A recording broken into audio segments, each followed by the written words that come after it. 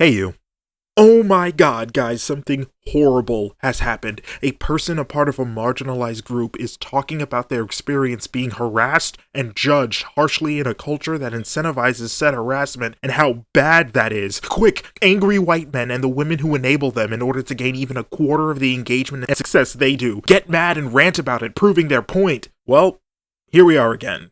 It feels like only yesterday people were talking all about the Supergirl trailer and, pretending to be mad at it. I always felt like the hate for that movie before the trailer even came out was a little performative, almost manufactured, where people would pretend to be offended by things the movie isn't actually doing in an attempt to condition their audience base to hate it before it even hits theaters. Well, what's up with that?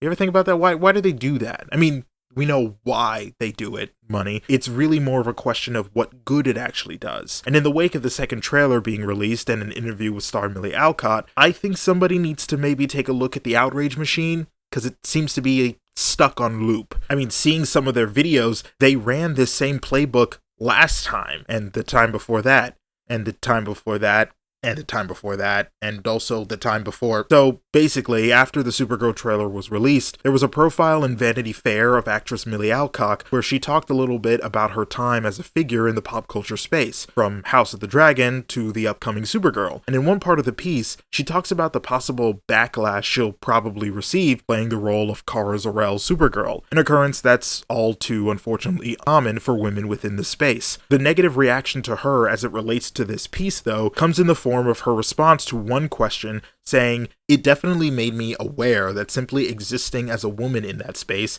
is something that people comment on," Alcock said. "We have become very comfortable having this weird ownership of women's bodies. I can't really stop them. I can only be myself." So right out the gate here, I'm just going to dispel this right now. No, just no, nuh-uh, not at all, stop. What do you mean no? I mean no, you want to hear it in Spanish? No. Whatever you might have heard about what was said, especially as it pertains to her comments attacking fans from some of the worst people on the internet, ignore it. It's wrong, it's dumb, it's always been wrong. It's wrong, and I know it's wrong because of all the other times media grifters have pulled this exact same stunt, and they were, unsurprisingly, wrong all those times too. Nuh-uh, they haven't been, you soy boy cuck, insert crying lady at Trump's inauguration here. I hear you type furiously into the comment section of this video, as if anyone's actually watching these. The right-wing media grifters have never been wrong about complaining when a woman or person of color has experienced harassment ever, and it's never been a real thing that's happened to them.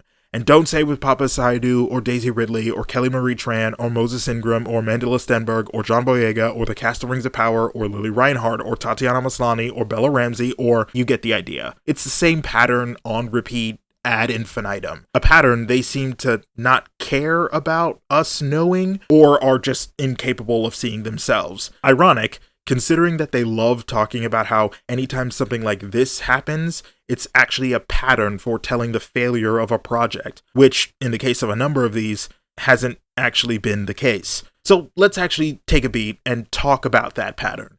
The actual pattern. Or, more accurately, the perpetual brain-dead bigoted drama slop content cycle that these no-talent, no-thought-having reactionaries rely on to keep their lights on. Now, you'll have to excuse the brief detour I'm taking here, as detailing the entirety of how this pattern takes shape is a rather involved endeavor. So, basically what they do is, they lie. That's it. That's the pattern. To say that it's anything more complicated than that would be a disservice to overly complicated villain schemes everywhere. Sorry, Blofeld. Sorry, Lex.